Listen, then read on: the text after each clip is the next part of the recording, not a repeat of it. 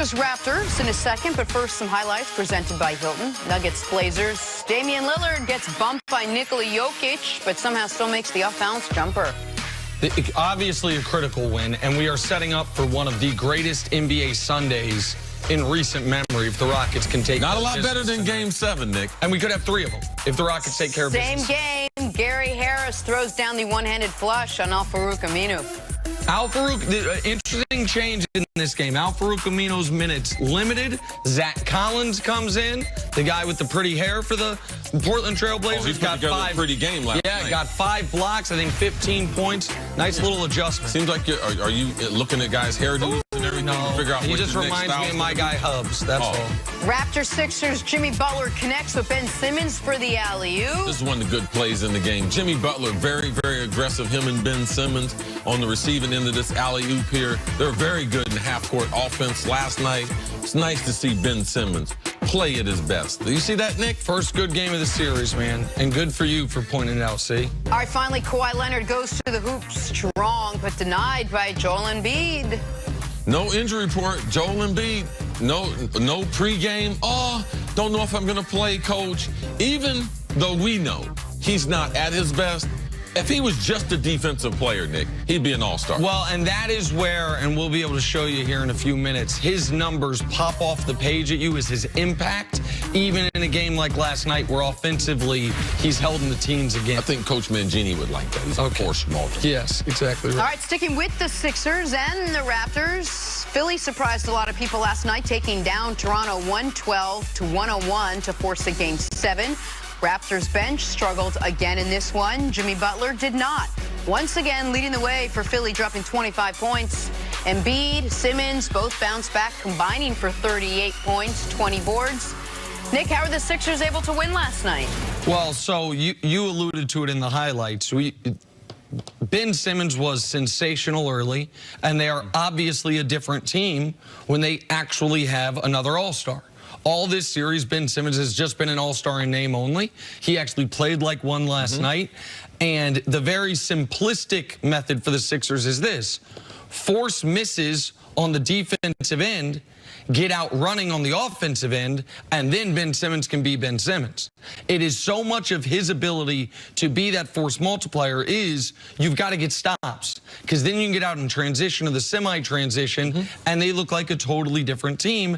And the other element was Joel Embiid and his presence in the defensive paint.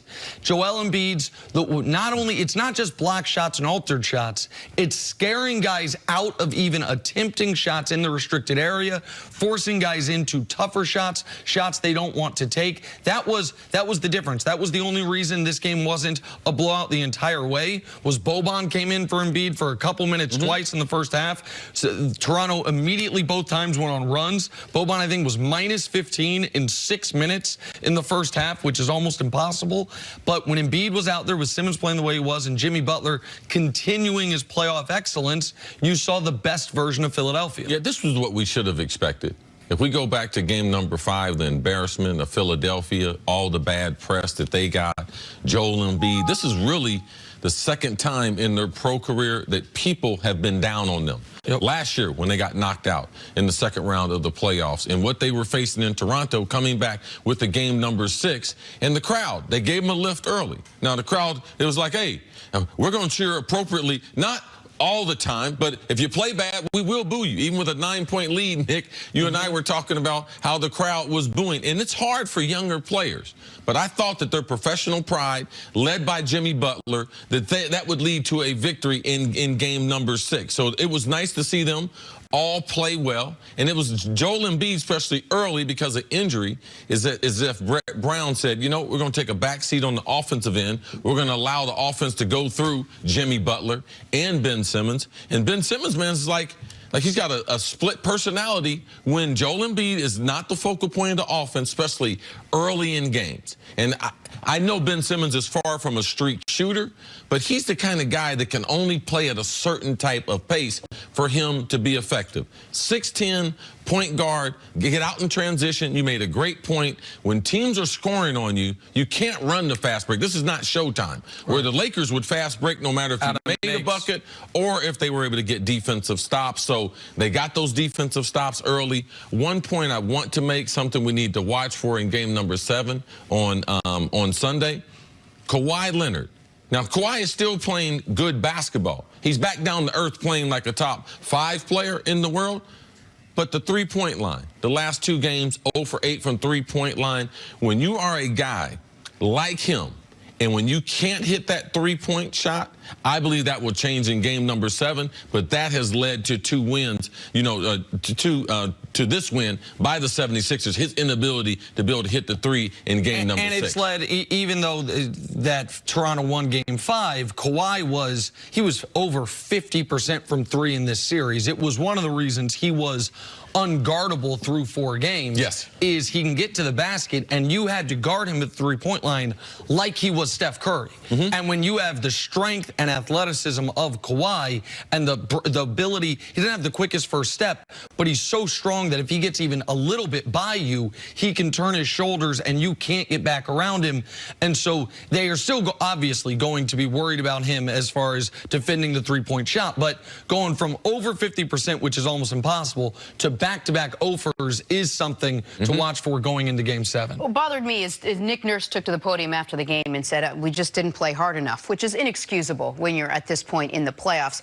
But it's the same thing we heard from Brett Brown about the Sixers. My question is, why has this series been such a tug-of-war? We keep going back and forth and who's more talented and who should win, and yet there have been blowouts on both sides, on home, on the road. Are they evenly matched? Is that what it is? Well, to try to clarify what the coach was saying, because it's hard to look good and it's hard to play with a lot of energy when your shots aren't going in. I mean, they couldn't buy a three-pointer in the first half, and that led to the Sixers having that lead that they had in the first half of the game. So I can understand what the coach is saying, because there's a different type of energy that you have to come to the arena with to close someone out on their home court. And that energy they didn't have. I thought it wasn't like they were just carefree. But there's there's a fine little line right there when you go somewhere, and this is still a very, very young team outside of Kawhi and Gasol as far as deep playoff experience. So that right there, I think the coach was trying to identify with. They didn't have that mentality where we're getting ready to go in someone else's building and to be able to close them out. And this is why, not to pile on Boston the day after, but this is why the Celtics series is such a disaster for them and so disappointing. This is how second round and third round and ideally NBA Finals series should be. Right. We have 2 excellent teams. We are down to the best 8 teams in basketball, the best 4 in each conference. We talked all year long about how the Eastern Conference was different this year. There were 4 really good championship caliber teams if they played their best. Philly has been, to me, still has the most talented starting 5 in the conference. What's happened here is they haven't played like it because Ben Simmons been hot and cold. Joel Embiid's been sick or not sick. But their lack of depth hasn't killed them in this series because Toronto's down to a 6-man team. Right now, they're down to their starters and Ibaka. Once again, that deep Toronto team is not a deep Toronto team, but you're looking at these series. Every series has been tightly contested. We have 2 going to 7 games. We have a third that we think's going to 7 games, and then there's Milwaukee. And we can't forget that the 76ers, like, I'm not going to give them a pass. Joel Embiid's injuries, Joel Embiid being sick, Ben Simmons being inconsistent, not stepping up when the spotlight was the brightest.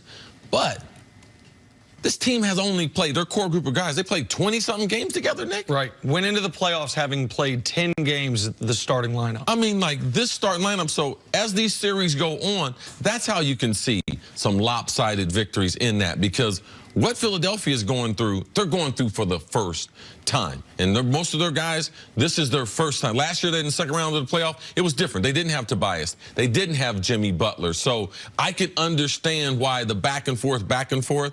Right now, Toronto, out of the defensive teams we have in the playoffs, they're the best defensive team, too. So they have the ability to be able to shut you down. So that's why this series has been back and forth like it is. What kind of impact does Joel Embiid have on this team when he is healthy and he's playing at full force? So I think this is really interesting because in this series, Joel Embiid offensively has only had one, even what I would call a good game. There was the game he had 33 points, was outstanding. Every other game, he's been held to 17 points or fewer. But what he is doing defensively, and the best way to show it to you is the plus-minus. Look at the on-court, off-court for the Sixers in this series. In the regular season, when he's on the court, they're +8. When he's off the court, they're -3.5, and difference of 11. In the first round, when we said Brooklyn's got no one to deal with him, they got skinny Jared Allen, they got no one to deal with him. On-court, +24, off-court, just about even. Difference of 24.5. This series, when he's on the court, they are +21 net rating. When he's off the court, they are -46. Wow. They are getting annihilated when he goes to the bench. A difference of 67 points. So even if he's injured, even if he's sick, we need him in the lineup 100%. because that's the type of impact that he can have. Even if he's not an elite scorer of the basketball, there's so many other ways for him to impact the game. Exactly. Who wins the game? On Sunday, Yeah. I got to go with the home team. For a road team to win a game 7, you need something. You need something really either miraculous or you need to be the way more talented team. I got to go with the Toronto Raptors on Sunday. You ready to make a pick? I believe Kawhi gets hot from three-point line. Yeah. And the Raptors move on to the conference. Kawhi Leonard 0 for 8 from 3 from the last 2 games combined. He'll have to step that up. Take a break coming up. Which star has LeBron been recruiting this postseason? That's next on First Things First.